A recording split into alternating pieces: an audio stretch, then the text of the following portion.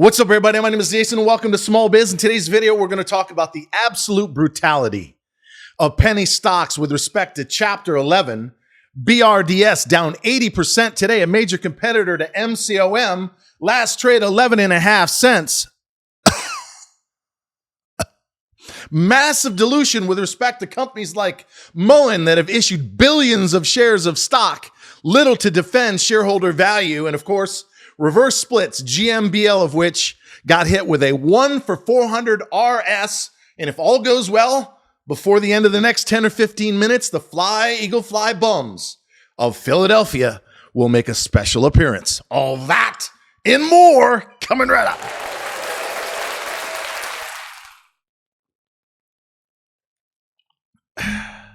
All right, ladies and gentlemen, happy hump day to you, right? The market was trying to bleed off some excess this morning.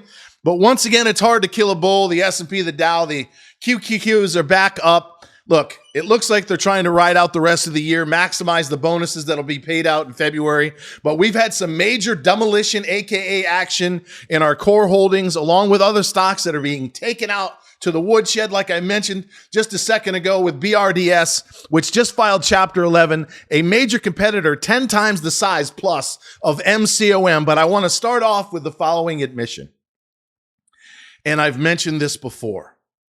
When it comes to MCOM and MULN, which will never make an appearance in the title of my video, and after today, I will not be mentioning them again if I have my way. I was wrong. Dead fucking flat out motherfucking wrong. I've said that a time or two, but I want to make it clear. We spent the better part of the last 6 months, 50 to 100 videos defending the stock, buying millions of shares in the face of dilution. And one or both may be facing Chapter 11 in the next 6 to 24 months. And despite having a half a dozen or more successful trades, including the bullish outside reversal at 157 on Mullen, get out at 2025 for a 30% profit. When it comes to the core holding, which comes to the big position that I was carrying for the better part of the last 6 months, I was dead motherfucking wrong.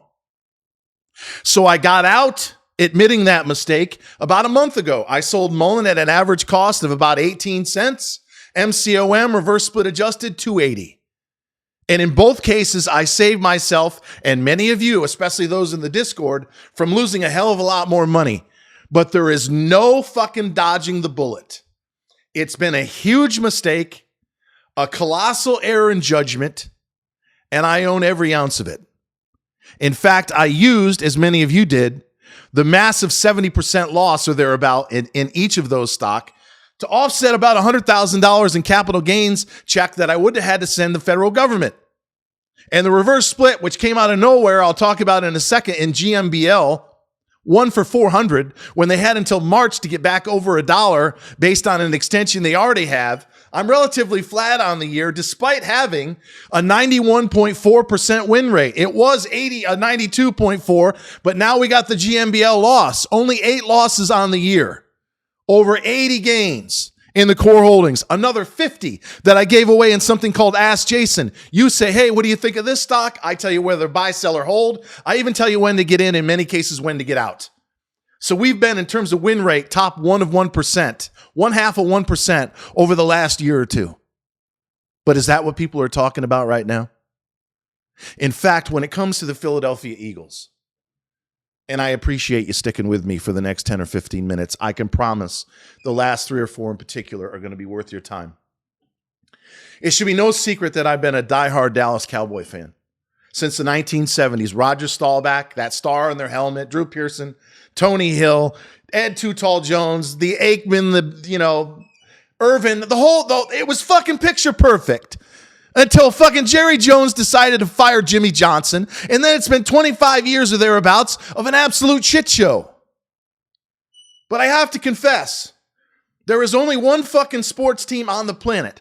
Doesn't matter if it's baseball, basketball, or football that I played through college, soccer, you name it, wrestling, MMA, UFC, the whole nine. There's only one uniform, one team, one fucking fan base that drives me crazy. It's visceral. It's fucking primal. The minute I see that eagle on the side of the helmet or that green fucking jersey, I just want to throw down. In fact, full disclosure, I was arrested 30 years ago for smacking a hottie on the ass in a bar in Boca Raton, Florida.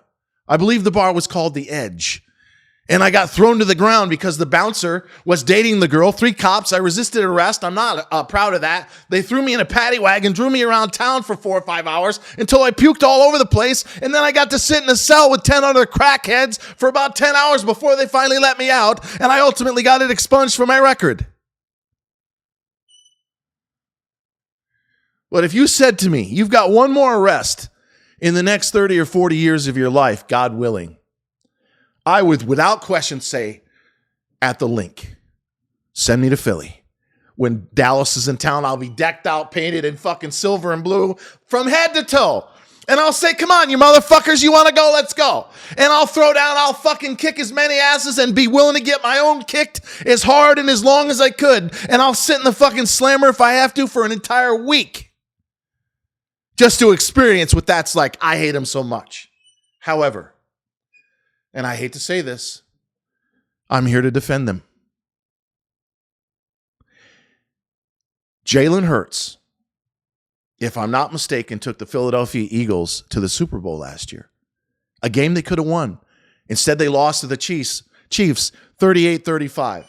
And up until, what was it, 9 or 10-1? They were making my Cowboys look bad.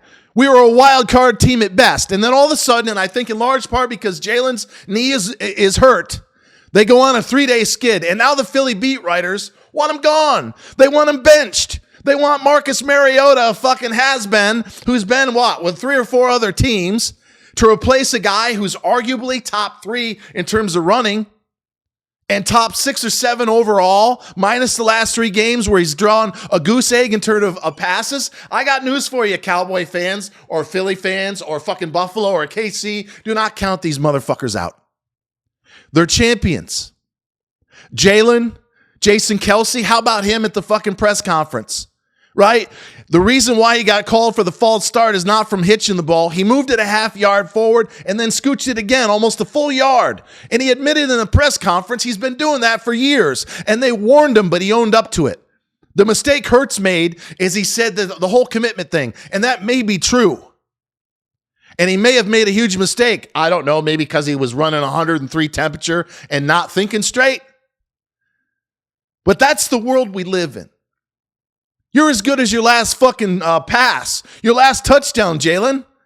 Doesn't matter that you almost won the fucking Super Bowl. Doesn't matter that you were 9 or 10-1. Doesn't matter that you're probably going to go deep in the playoffs. No, you've drawn a goose egg. I got fucking hit with MCOM Mullen in this morning with GMBL. Doesn't matter that I've got over a 90% win rate. Still, it doesn't fucking matter. If you go in and read any of the press clippings or all over YouTube, it's get rid of Jalen Hurts. He's got a lousy attitude. No, it's called the guy's a modest. He's an introvert.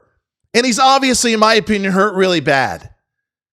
And he's doing the best he can. But you watch, and I'm a Cowboy fan. I hope we win it all. But it will not motherfucking surprise me if he somehow comes out of nowhere and throws about 5 fucking touchdown passes, and then they'll get back on his bandwagon, and then he'll be one of the best quarterbacks, just like he was last year. And at some point, I'm going to get back on the bandwagon in terms of a win rate, and we're going to rattle off 3, 4, 5, 6, 7 in a row, and the 1/3 of my fucking client base that has either fired me or is in the process of firing me, just like the fans that are abandoning Jalen for Marcus Mary fucking Oda, will come back in, and that's the state of affairs that we have right now in this world. It's what have you done for me motherfucking lately?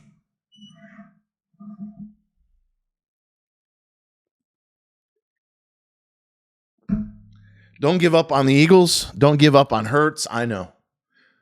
Ask me if I fucking care if I just pissed off half the Cowboy Nation.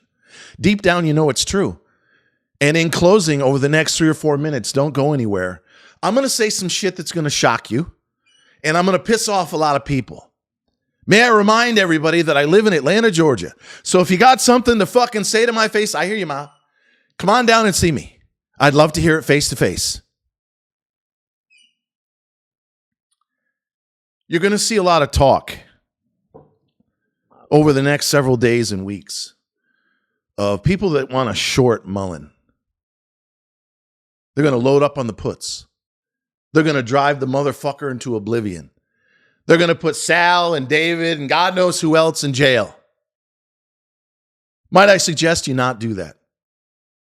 You've never once heard me, not once, and show me if it's out there. You've never once heard me say I want them out of business or that you should buy puts or short the motherfucking stock. I've done no shorting or no option buyings for 15 years.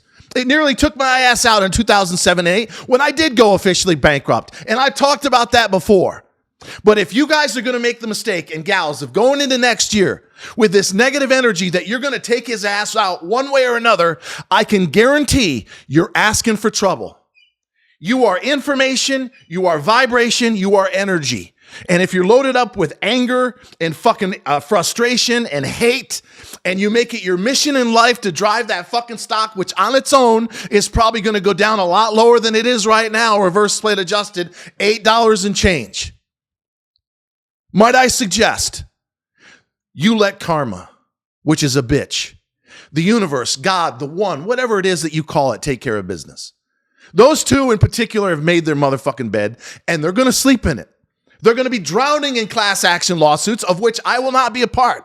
And there's going to be a lot of people throwing me under the bus in StockTwits and Reddit and on Twitter, calling me a shill. I've never talked, email, phone, fucking pigeon to either one of those motherfuckers. I wanted no part of them because I knew what I was dealing with.